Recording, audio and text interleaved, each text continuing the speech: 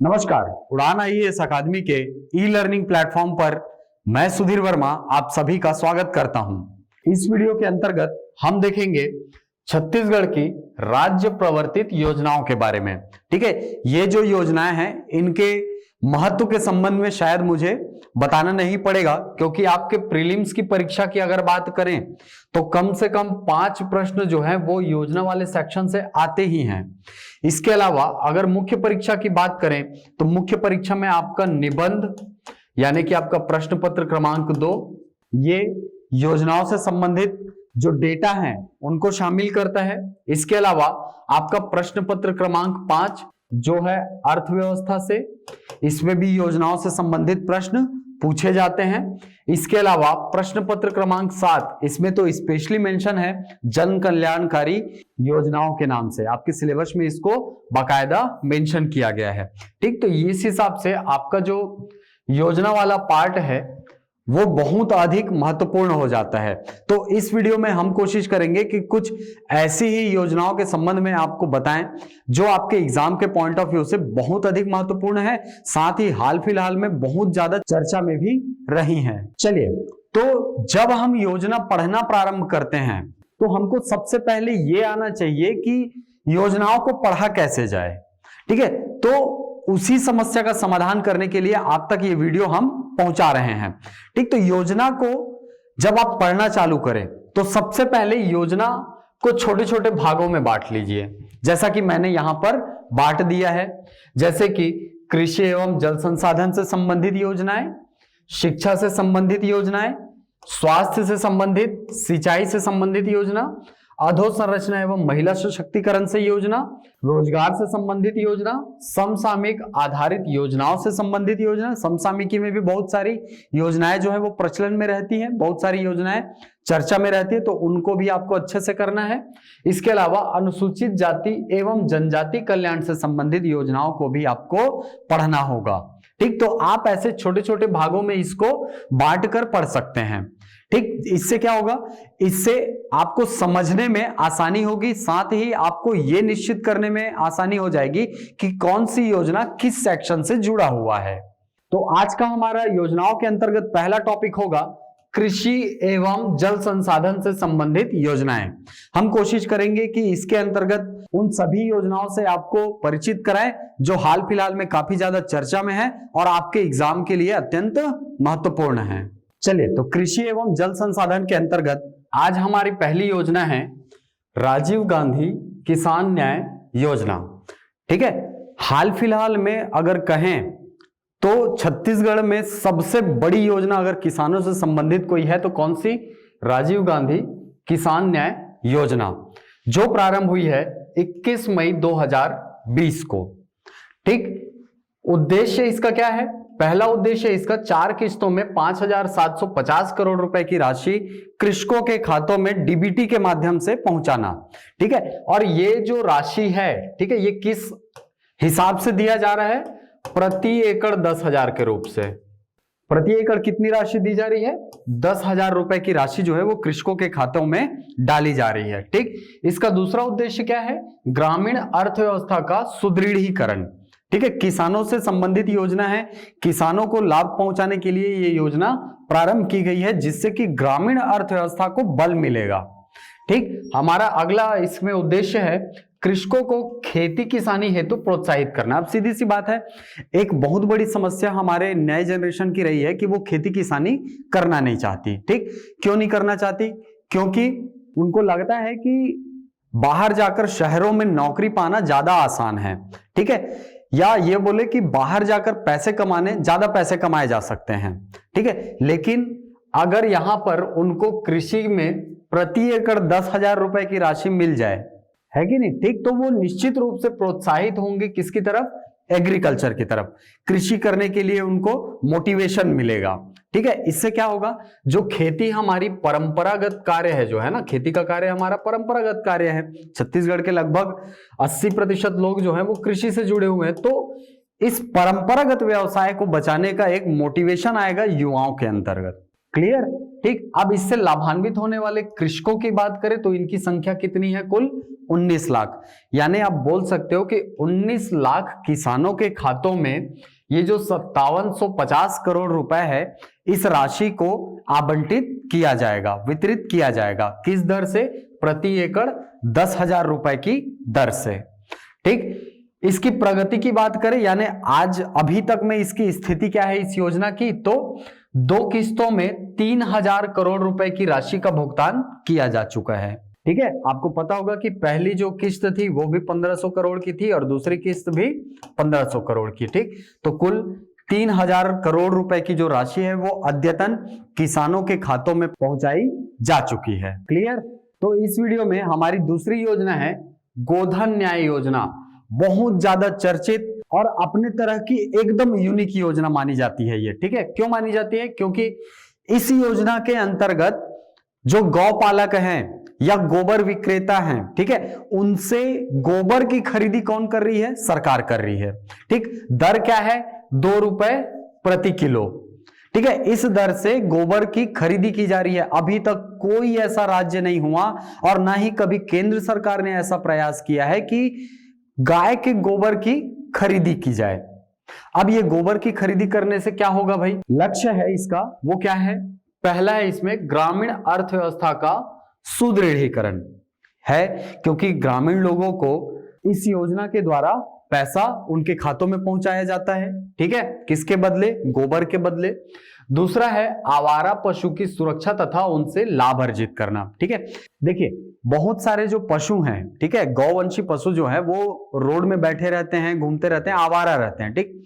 तो इस योजना के अंतर्गत क्या किया गया है कि उनको गौठानों में रखने का प्रावधान किया गया है। इससे क्या होगा? 2 फायदे होंगे। एक फायदा होगा कि गाय जो सड़क में बैठे रहते हैं, ठीक है, इससे अधिकांशतः जो एक्सीडेंट का खतरा है उसको टाला जा सकता है। दूसरी चीज, जो पशु अभी तक अनुपयोगी थे, अब रोड में चल रहा है, उसको थोड़ी रोक के कोई गाय को दूहने का काम करेगा, कोई नहीं दूहता। इस योजना के अंतर्गत क्या किया गया? उन गायों को गौठानों तक पहुंचाया गया, उनके लिए अच्छे चारे का प्रबंध किया गया, ठीक है। तो अब वो गाय जो है वो दूध देने लायक हो गई। अब वो दूध देने लायक जब हो गई तो उसके माध्यम से जो ग्रामीण क्षेत्र के लोग हैं वो अपना व्यवसाय कर सकते हैं। उस गौठान को क्या होने लगेगा? आय की प्राप्ति होने लगेगी, ठीक। तो ये भी इसका एक क्या है? लक्ष्य है। क्या है? आवारा पशु की सुरक्षा और उनसे लाभ अर्जित करना, ठीक। तीसरा इसका लक्ष्य है गोबर की खरीदी कर कंपोस्ट का निर्माण। देखिए हमारा राज्य जो है वो कृषि प्रधान राज्य है, आपको पता होगा। 80%, जैसा कि मैंने पिछले ही स्लाइड में बताया आपको, 80% जो लोग हैं यहाँ के निवासी हैं वो किस पर आधारित हैं? या तो प्रत्यक्ष या परोक्ष, दोनों ही रूप से किस में आधारित हैं? कृषि पर आधारित हैं। क्लियर। और रासायनिक खादों के प्रयोग से हमारी जो भूमि है वो बहुत ज्यादा प्रदूषित हो गई है, आप इस बात से भी दो राय नहीं रख सकते हैं, ठीक। तो इस योजना के अंतर्गत क्या किया जा रहा है? गोबर की खरीदी जो की जा रही है उससे क्या बनाया जाएगा? कंपोस्ट बनाया जाएगा, और वो जो कंपोस्ट निर्माण होगा उसको खेतों में डाला जाएगा।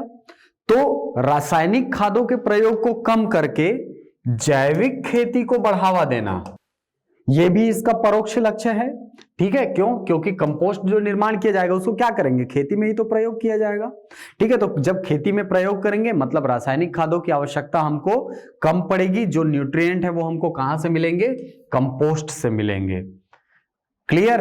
अब बात करते हैं इसके क्रियान्वयन की, ठीक है। मतलब अभी तक ये योजना जो है वो कहां तक चली है, कहां तक ये इसका लाभ मिल रहा है, ठीक। तो अद्यतन 5,454 गौठानों का निर्माण कार्य जो है वो पूरा हो गया है। मतलब राज्य भर में 5,454 गौठान जो है वो निर्मित किए जा चुके हैं और 3,247 गौठानों में गोबर खरीदी की जा रही है, ठीक। ये जो 5,454 गौठान हैं इनमें से 3,247 जो हैं वो गोबर की खरीदी कर रहे हैं, मतलब गोबर खरीदी में क्रियाशील हैं, ठीक। गोबर खरीदी की दर मैंने आपको बताया 2 रुपए प्रति किलो। अद्यतन लाभान्वितों की अगर संख्या की बात करें तो 1,84,000 कृषक जो हैं वो अभी तक लाभान्वित हो चुके हैं, ठीक। और एक चीज और कि ये जो योजना है वो प्रारंभ कब हुई?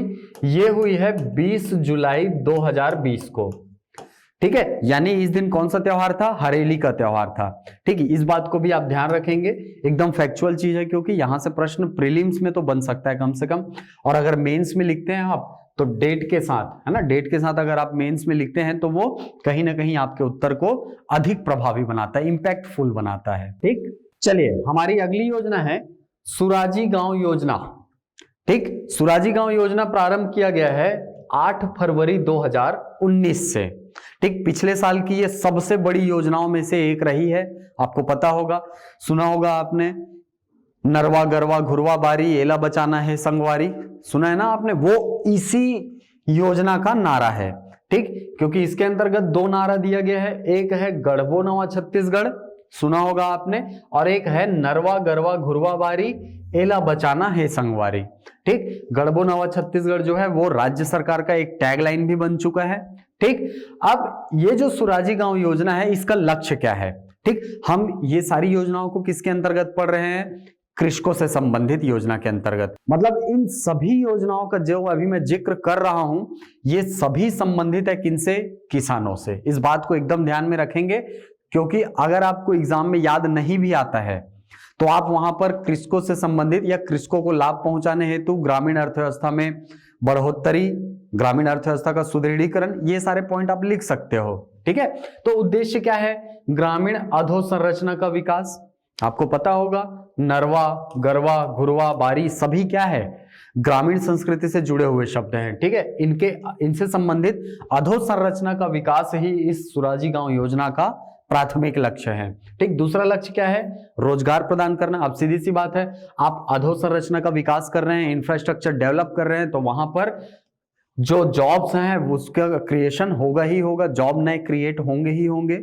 ठीक, अब इसके प्रगति की बात करते हैं। ठीक है, सबसे पहले आप इन शब्दों के अर्थ समझे। नरवा का मतलब क्या होता है? नरवा का मतलब होता है नहर। तो जब नहर बोल रहा हूं मैं तो यहां पर सीधा इसका अर्थ निकलता है कहां? जल संसाधन से। तो गांवों तक जल संसाधन की आपूर्ति करना इस नरवा का लक्ष्य है सुराजी गांव योजना के अंतर्गत। दूसरा है गरवा। गरवा योजना के अंतर्गत जो पशु हैं, ठीक है, उनका अधिकतम उपयोग करना, उनसे अधिकतम लाभ प्राप्त करना, और साथ ही जो गायों के माध्यम से हमारी छत्तीसगढ़ की जनजातीय संस्कृति, जो ग्रामीण संस्कृति जुड़ी हुई है, उसका परिरक्षण भी इस गरवा योजना का क्या है? एक परोक्ष लक्ष्य मान सकते हैं। तीसरा है आपका घुरवा। घुरवा के अंतर्गत आपका जो रासायनिक खादों के प्रयोग से हमारी मिट्टी का स्वरूप बदल गया है, मिट्टी की संरचना बदल गई है, उसको पुनः एक बार जैविक खेती के माध्यम से सही करना, यह घुरवा का लक्ष्य है। अगला है हमारा बारी। बारी के अंतर्गत जैविक खादों का प्रयोग करके शुद्ध सब्जी का प्रयोग करना, या यूं बोले कि जो आप सब्जियां रोज खा रहे हैं, है ना, उनमें रसायनों के प्रयोग को शून्य करना, ये इस बारी का लक्ष्य है। ठीक, तो अगर इसकी प्रगति की बात करते हैं, ठीक है, कि अभी तक ये जो योजना है, ठीक है, सुराजी गांव योजना के अंतर्गत ये जो 4 आधार स्तंभ हैं, कौन कौन से? नरवा गरवा घुरवा और बारी, इसकी प्रगति कहां तक पहुंची है? तो नरवा जो है इसके संबंध में जानकारी है कि अद्यतन कैंपा मद से 313 जल ग्रहण क्षेत्र के अंतर्गत 7,04,000 हेक्टेयर में जल उपलब्ध कराया जा चुका है। ठीक, ये कैंपा मद से कहां पर बनाया जाता है भाई? कैंपा मद से ये जो नरवा कार्यक्रम है ये वहां संचालित किया जाता है जहां पर जो वन संसाधन है वो बहुत अधिक मात्रा में उपस्थित है। यानी आप बोल सकते हो कि जो जंगली क्षेत्र है वहां पर कैंपा मद का प्रयोग करते हुए नरवा योजना का संचालन किया जाता है। तो इसको याद रखेंगे कि अभी तक 313 जल ग्रहण क्षेत्र जो है वो निर्मित किए जा चुके हैं। उनका क्षेत्रफल क्या है? 7,04,000 हेक्टेयर, बहुत बड़ा क्षेत्रफल है। ठीक, अगला है हमारा गरवा, पशुओं से संबंधित।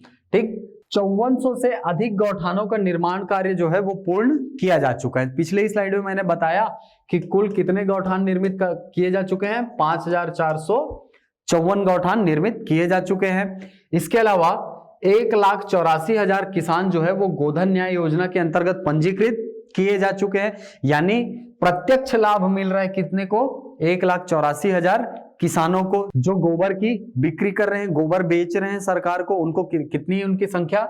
1,84,000। ठीक, अगला है घुरवा। घुरवा के अंतर्गत 3,247 गौठानों में गोबर खरीदी प्रारंभ की जा चुकी है। मैंने पिछले स्लाइड में बताया आपको 3,247 जो गौठान है वो गोबर की खरीदी कर रहे हैं, इसमें क्रियाशील हैं। इसके बाद इस गोबर का प्रयोग जैविक खाद बनाने में किया जाएगा। जैसा कि मैंने आपको बताया कि रासायनिक खादों के प्रयोग को कम करके जैविक कृषि को बढ़ावा देना भी ये जो घुरवा कार्यक्रम है, या आप बोले कि इससे संबंधित एक योजना कौन सी है आपकी, गोधन न्याय योजना, उसका एक प्रत्यक्ष लक्ष्य है। ठीक, बारी के अंतर्गत बाड़ी निर्माण हेतु 10,000 रुपए की राशि प्रदान की जाती है। ठीक है, बाड़ी को शामिल करने का लक्ष्य क्या है, शुद्ध और रसायन मुक्त सब्जियां उपलब्ध कराना। आपको पता होगा कि अभी वर्तमान में मार्केट में जो सब्जियां आ रही है वो उसमें अधिकांशतः जो है उनमें रासायनिक खादों का प्रयोग किया जाता है, जो कि ना तो स्वास्थ्य के लिए अच्छी होती है, ना ही हमारे भूमि के स्वास्थ्य के लिए। ठीक, तो ये जो बाड़ी योजना है इसके अंतर्गत जो सब्जियां हैं स्पेशली टारगेट किया गया है किसको, सब्जियों को। सब्जियां जो है उनको जैविक खेती के माध्यम से उत्पादन करना, यही इस बाड़ी योजना का क्या है, लक्ष्य है। ठीक, बहुत इंपॉर्टेंट है, पिछले साल ये ऐसे में भी आया था, याद रखेंगे, सुराजी गांव योजना। ठीक, तो सुराजी गांव योजना के अंतर्गत कब प्रारंभ हुआ, नारा क्या है, उद्देश्य क्या है और इसकी अद्यतन प्रगति क्या है, वर्तमान स्थिति क्या है, इन चीजों को आप अपने उत्तर में शामिल करेंगे। चलिए, हमारा अगला योजना है इंदिरा वन मितान योजना। ठीक, इंदिरा वन मितान योजना प्रारंभ कब हुआ, विश्व आदिवासी दिवस के मौके पर। विश्व आदिवासी दिवस कब, 9 अगस्त। 9 अगस्त में विश्व आदिवासी दिवस के उपलक्ष्य में मुख्यमंत्री द्वारा इस योजना की घोषणा की गई है। ठीक, इसका उद्देश्य क्या है भाई, वनांचलों के निवासियों को स्वावलंबी बनाना, दूसरा है वनोपजों के संग्रहण, प्रसंस्करण और मार्केटिंग की सुविधा उपलब्ध कराना, और तीसरा है वन भूमि अधिकार पत्र का समुचित लाभ प्रदान करना। ठीक, तो पहले बिंदु से हम ये समझते हैं कि ये जो इंदिरा वन मितान योजना है ये सीधे तौर पर जुड़ा हुआ है कहां से, आपका जो आदिवासी बाहुल्य क्षेत्र है ना, वहां से। क्यों, क्योंकि वन उत्पाद संग्राहक जो हैं उन्हीं क्षेत्रों में सबसे ज्यादा है। ठीक, तो उनको प्रत्यक्ष लाभ पहुंचाने के लिए ये योजना जो है वो प्रारंभ की गई है। हमारा पहला बिंदु जो है वो जस्टिफाई होता है, वनांचलों के निवासियों को स्वावलंबी बनाना। इसमें हमारा जो दूसरा बिंदु है वो क्या है, प्रसंस्करण। प्रसंस्करण को इंग्लिश में बोला जाता है प्रोसेसिंग। प्रोसेसिंग का मतलब होता है जो हमारे पास मूल जो चीज संग्रहित होकर आया है वन उत्पाद, उससे कोई नई चीज का निर्माण करना। ठीक, तो इसके लिए क्या करना पड़ेगा भाई, इसके लिए आपको प्रॉपर एक प्लांट लगाना पड़ेगा। प्लांट लगाओगे तो क्या होगा भाई, एक इंफ्रास्ट्रक्चर डेवलप होगा जिससे रोजगार उत्पन्न होगा। साथ ही इस प्रसंस्करण केंद्र के द्वारा जो वनोपज हैं उनका सही मूल्य आदिवासियों तक पहुंचाया जा सकेगा। ठीक, अभी तक क्या होता था कि औने पौने दाम में आदिवासी लोगों के वनोपज संग्रहण को कई लोग बिचौलिए खरीद लेते थे। ठीक, तो अब ऐसा नहीं होगा, जो वनोपज संग्राहक है वो सीधा अपना जो प्रोडक्ट है वनोत्पाद है वो किसको बेचेंगे, इन प्रसंस्करण केंद्रों को, यानी शासन को, सरकार को बेचेंगे, जहां से उनको प्रत्यक्ष रूप से लाभ की प्राप्ति होगी। ठीक, तीसरा है वन भूमि अधिकार पत्र का समुचित लाभ प्रदान करना। ठीक, ये वन भूमि अधिकार पत्र क्या होता है, वन भूमि अधिकार पत्र वह पत्र होता है जो आदिवासी क्षेत्रों से संबंधित होता है। ठीक है, या यूं बोले कि आदिवासियों के मालिकाना हक से जुड़ा हुआ जो अधिकार पत्र है वही क्या है, वन भूमि अधिकार पत्र है। ठीक, उन क्षेत्रों में, चूंकि ये क्षेत्र जो है वो वन भूमि में पड़ते हैं, इसीलिए इनको क्या बोला गया, वन भूमि अधिकार पत्र। ठीक है, यहां रहने वाले जो निवासी हैं, जो आदिवासी लोग हैं, ठीक है, उनको वन अधिकार पत्र प्रदान किया जाता है। ठीक, अब इसके क्रियान्वयन की बात कर लेते हैं इस योजना की। तो पहला बिंदु क्या है, इस योजना से राज्य के 19 लाख परिवारों को जोड़ा जाएगा। ठीक, 19 लाख किसान इस योजना के द्वारा भी शामिल किए जाएंगे, और ये जो 19 लाख परिवार होंगे वो कौन होंगे, जो वनोपज संग्राहक परिवार हैं उनसे संबंधित होंगे। ठीक, दूसरा है प्रत्येक अनुसूचित विकास खंड, है ना, हमारे यहाँ अनुसूचित विकास खंडों की संख्या कितनी है, 85, है ना, तो प्रत्येक अनुसूचित विकास खंड में वनोपज प्रसंस्करण केंद्र खोला जाएगा। ठीक है, तो वनोपज प्रसंस्करण केंद्र कहां खोला जाएगा, सभी आदिवासी विकास खंडों में। ठीक है, ताकि वो जो आदिवासी लोग हैं उनको अपना प्रोडक्ट बेचने के लिए बहुत ज्यादा दूर ना जाना पड़े। ठीक है, उनको विकास खंड में ही अपने प्रोडक्ट को बेचने की सुविधा उपलब्ध हो सके। ठीक, अगला है योजना अंतर्गत 10,000 युवा समूह गठित किए जाएंगे जो वनोपज की खरीदी में सरकार की सहायता करेंगे। ठीक, यानी ये जो वनोपजों का जो क्रय है ना, वनोपजों की जो खरीदी है वो किसके माध्यम से की जाएगी? इन युवा समूहों के माध्यम से। ठीक, तो एक तरीके से बोल सकते हो कि यहां से भी रोजगार के अवसर जो है वो राज्य शासन के द्वारा इन क्षेत्रों में प्रारंभ किया जाएगा, या इन क्षेत्रों में रोजगार के अवसर उपलब्ध कराए जाएंगे। तो ये थी इंदिरा वन मितान योजना। आशा करता हूं ये वीडियो आपको पसंद आया होगा। मिलते हैं अगली कक्षा में कुछ नई योजनाओं के साथ, तब तक के लिए धन्यवाद।